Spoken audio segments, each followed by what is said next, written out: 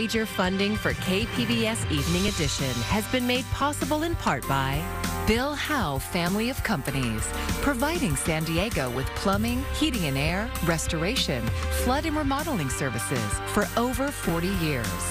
Call 1-800-BILL-HOWE or visit billhowe.com. And by the Conrad Prebys Foundation, Darlene Marco Shiley, and by the following.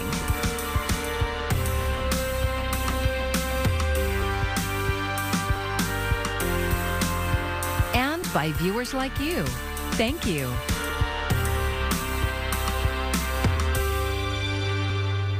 The shrinking Salton Sea could be delaying the next big earthquake, but it won't last forever. Thanks for joining us. I'm Maya Trabulsi. We haven't seen a major rupture along the southern San Andreas Fault for 300 years. San Diego scientists say the dried up lake may be the reason why. However, as KPBS environment reporter Eric Anderson explains, the next quake that does strike could be massive.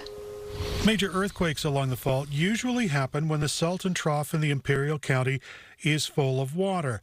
A new paper in the journal Nature finds those quakes happen because the water is heavy and it puts pressure on the geologically unstable region. When the lake was really high, stress changes on the lake were high enough to promote both an earthquake, but also potentially change the timing of that earthquake, either accelerate or decelerate it. Now that the Salton Sea is shrinking because of drought and less agricultural runoff, the pressure appears to be easing. Lead author Riley Hill, however, says the region remains overdue for a major seismic event. It's a section that is currently locked, and it's been locked for 300 years, okay? The last major rupture was in 1725. And over the past 1,000 years, we've actually had probably 6 or 7 events, large events on this section. Scientists don't know why there's been such a long earthquake drought, but a smaller lake could extend that run. However, they also worry that pressure building along the fault might mean the next major rupture will be massive. This implies that the tectonic stress has accumulated in that time period, which instead of relieving that stress in a sequence of events that was shorter in time, you're building up a lot of stress. That means that you could have a larger event in the future because so much stress has accumulated. An earthquake near the lake could reverberate through the Los Angeles basin, causing hundreds of billions of dollars worth of damage and putting many lives at risk. Eric Anderson, KPBS News.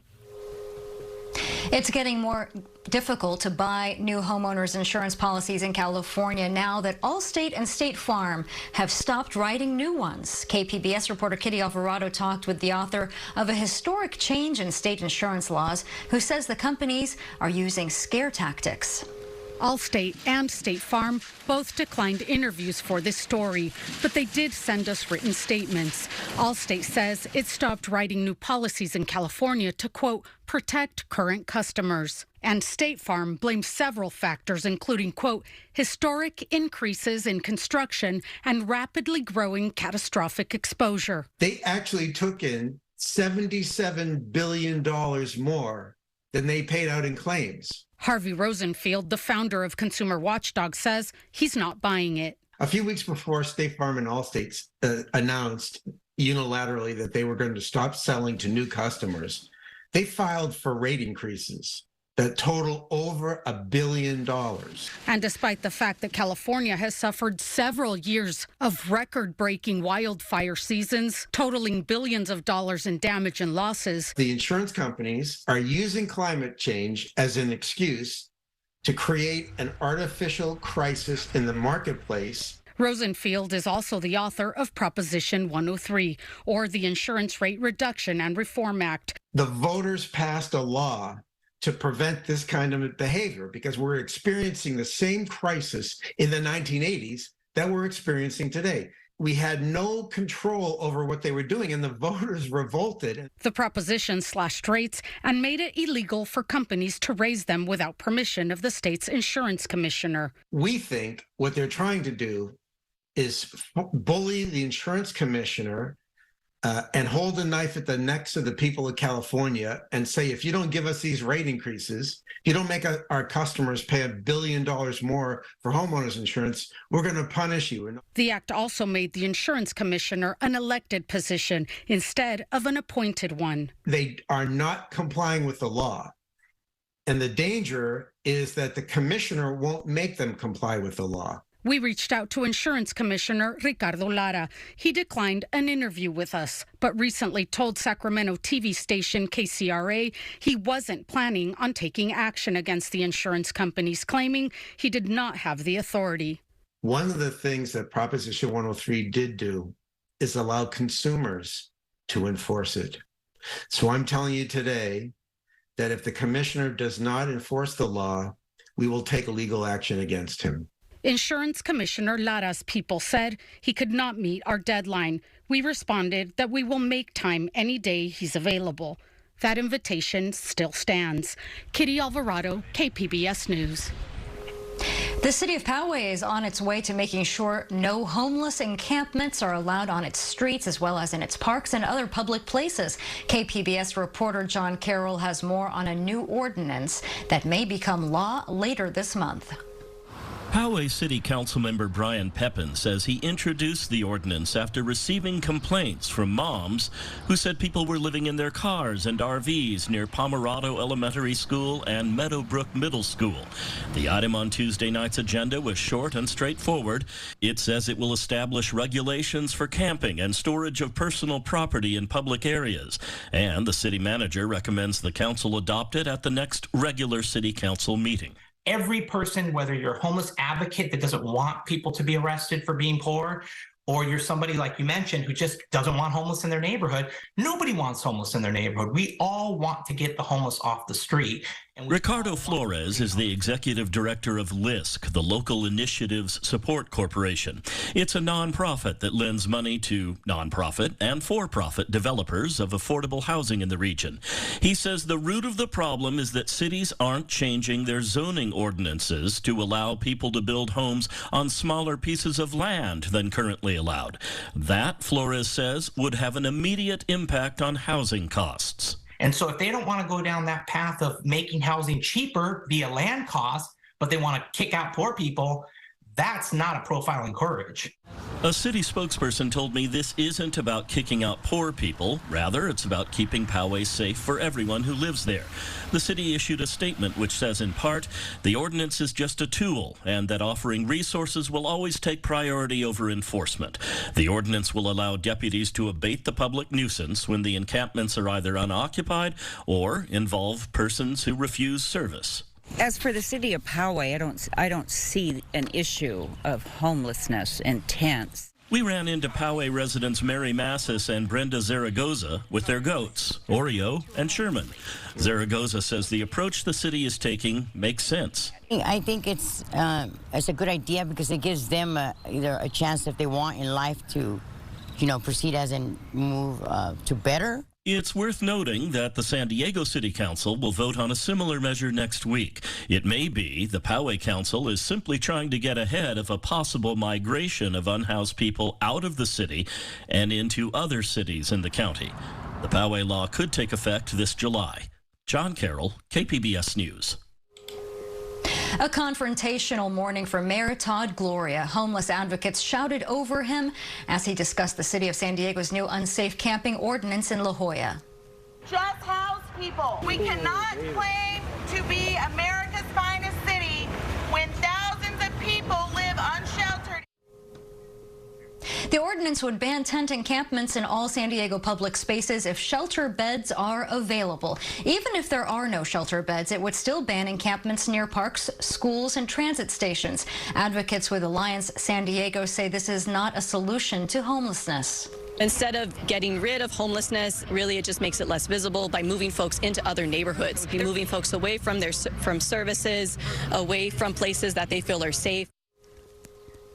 Advocates are asking for the city to provide more shelter beds and affordable housing. Gloria says if the ordinance passes Tuesday, outreach workers and police would play a key role in offering services.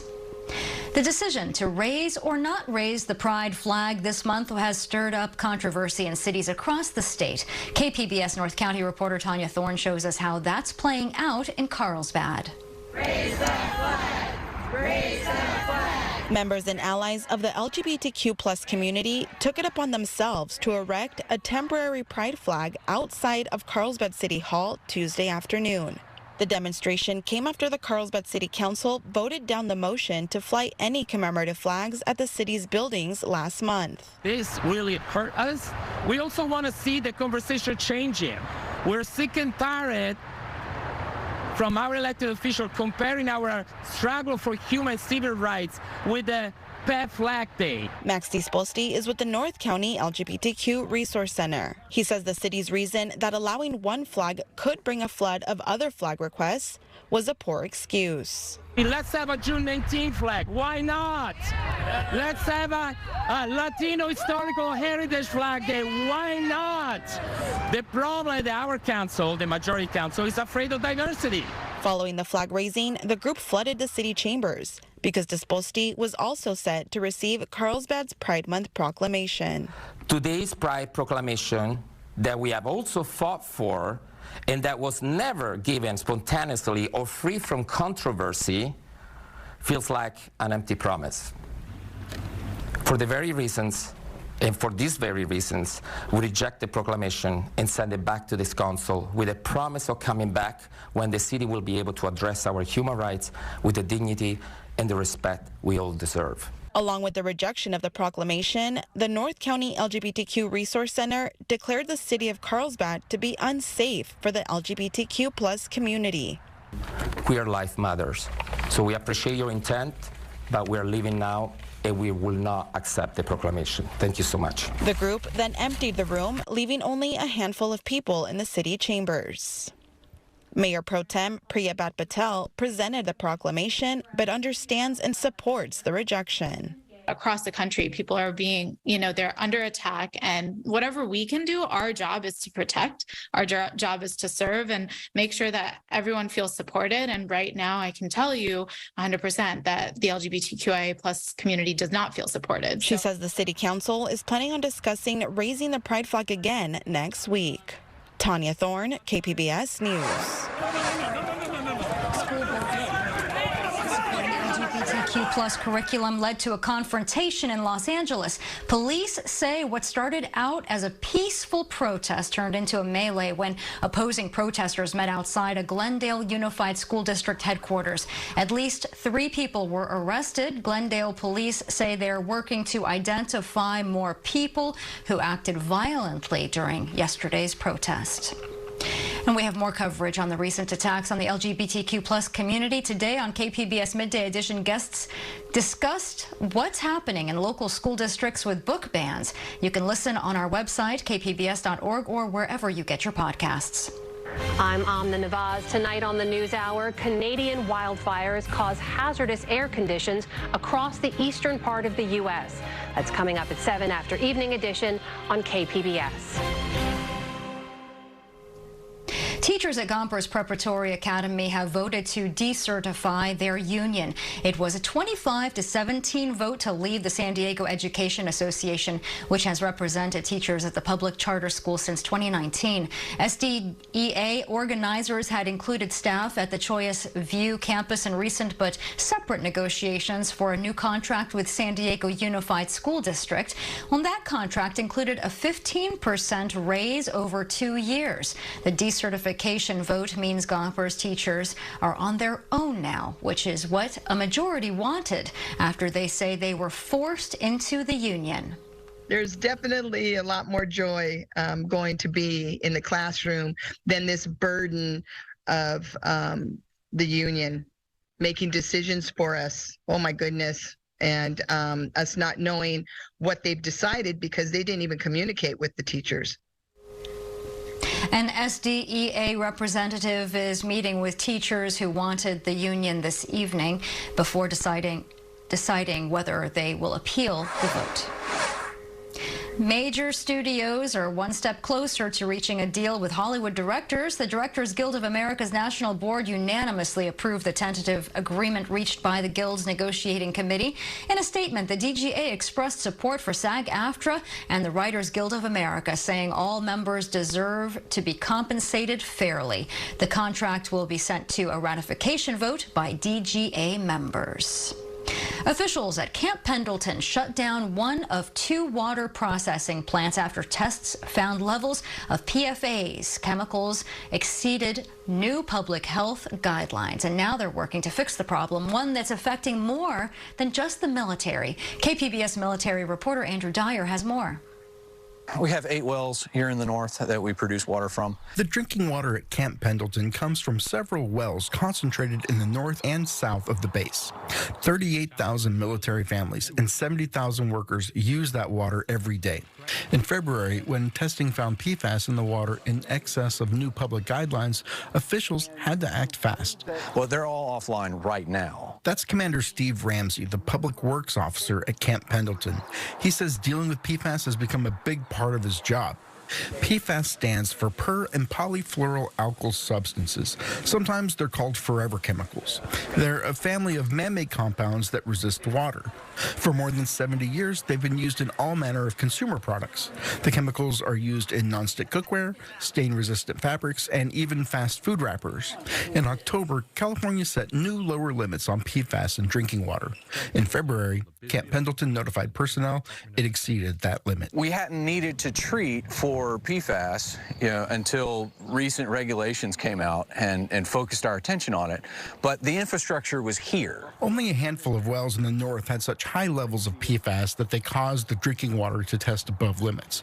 So the base cut those wells off and began processing the water at the south plant via reverse osmosis before piping it back to the north end of the base. It processes approximately 6 million gallons a day, and yes, it will serve the entire population of the base, and all of our responsibilities, off base in the city of Fallbrook and everybody else. Over 90% of the people in the United States have measurable levels of these chemicals. Dr. Jose Suarez is a physician and epidemiologist at the Herbert Wertheim School of Public Health at UC San Diego. I'm a professor and a researcher in environmental health, trying to understand the effects of a lot of different chemicals on people's health. Suarez says the prevalence of PFAS in consumer products is a public health concern worldwide because of what the research shows about their effects on the body. For pregnant women, there's an increased risk of high blood pressure, preeclampsia, and lower birth weights. And children also show decreased responsiveness to vaccines. There's perhaps a slight increase in the risk for kidney and prostate cancer, alterations in cholesterol levels, for instance, as well. Suarez says that while it's important to get these chemicals out of drinking water, getting them out of the environment is an ongoing problem that needs to be solved. And the big issue here is that they're very stable in the environment, so it takes them a long time to break up. So some chemicals, it could be months. Some other ones would be years, and some even decades. Okay, so the site that's behind me is where we're going to put the LGAC installation. Back at the North Water Plant on Camp Pendleton, Ramsey stands in front of a small empty plot, the future home of an activated carbon filtration system. That means that the northern water system will flow all of its raw water through the filters, and that should take us down to below detectable thresholds for PFAS. Another activated carbon system is being installed at the south plant. The new filtration plants will be online by the end of this year, which officials say should bring the level of PFAS effectively to zero. Andrew Dyer, KPBS News. More than 55 million people in the U.S. are under air quality alerts as wildfire smoke from Canada blankets a wide section of the country. Karen Kafer reports from Washington, one of the cities with unhealthy air today. In New York City, the nation's capital, west to Detroit and down to North Carolina, millions of Americans are under alert for unhealthy air quality conditions as Canadian wildfire smoke floats a mix of pollutants through U.S. skies. It affects every part of the airway system from the nose all the way down to the lungs. So experts say take caution. When the air quality is this bad, everybody should try to stay indoors. Especially those with pre-existing conditions that impact the heart and lungs. Dr. Afif El Hassan is a pediatrician and spokesperson for the American Lung Association. Make sure that you anticipate ahead of time if you need specific medications, especially inhalers for asthmatics. With more than 9 million acres charred by Canadian wildfires so far this year, Dr. John Balmes of the University of California, San Francisco, and UC Berkeley says the eastern U.S. should anticipate future air quality concerns like the West does. This is a wake-up call for those in the East Coast about what is in store for the future. These wildfires are going to continue to be a problem. And Dr. El Hassan says to play it safe for a few days after this haze clears. The air can still be polluted and have a large number of particles in it for many days after the fires. So it would be important to monitor the air quality in your area before you decide to go outside and do a lot of outdoor activities. In Washington, I'm Karen Kafa.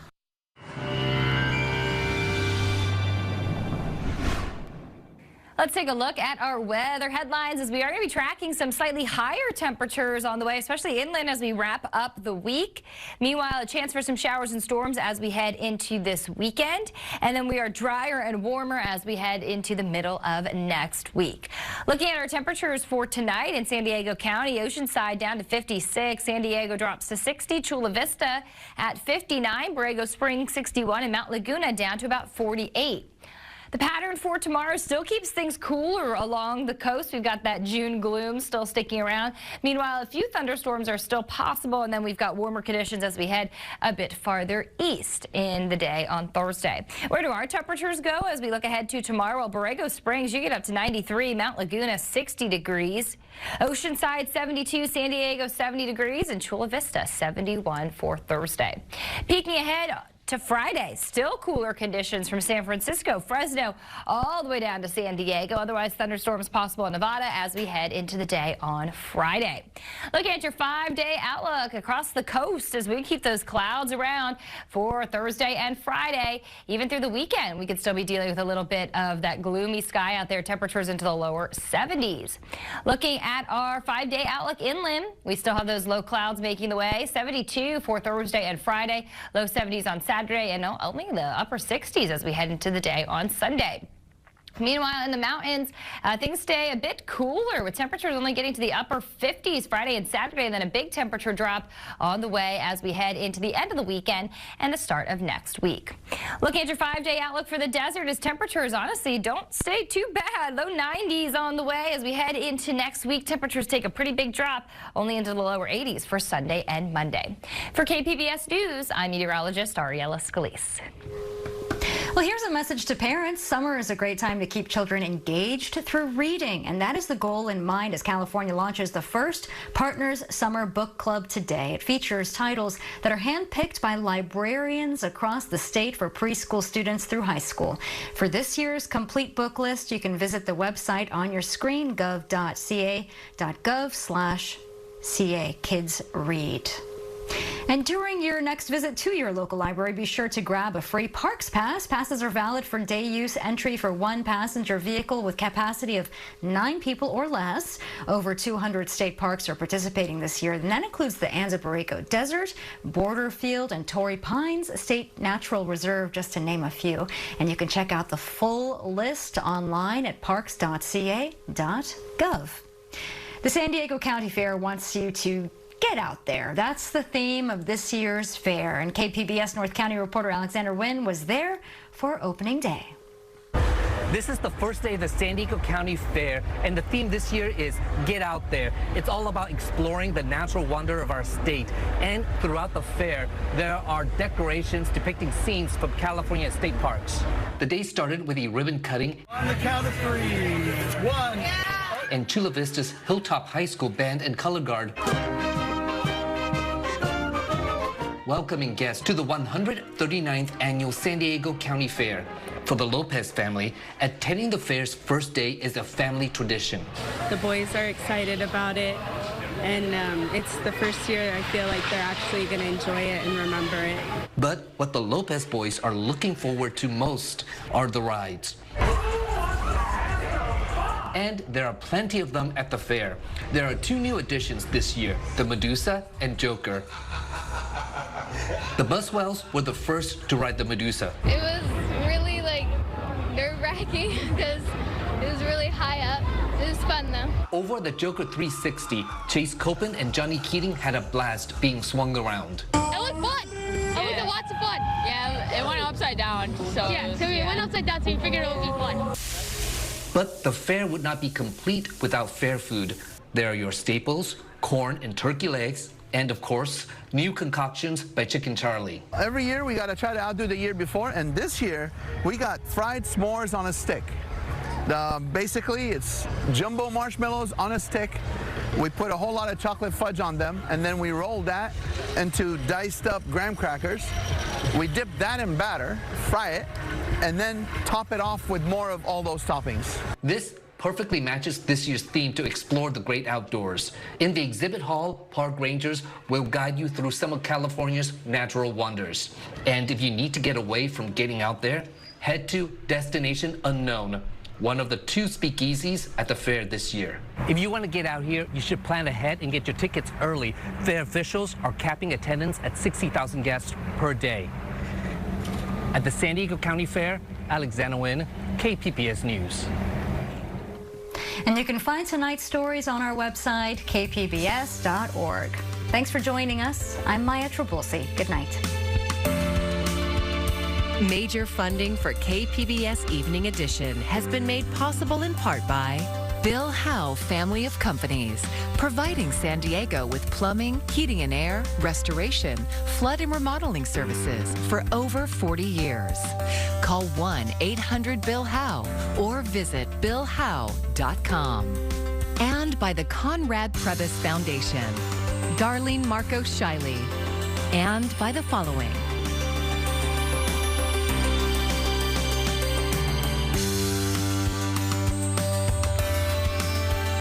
By viewers like you. Thank you.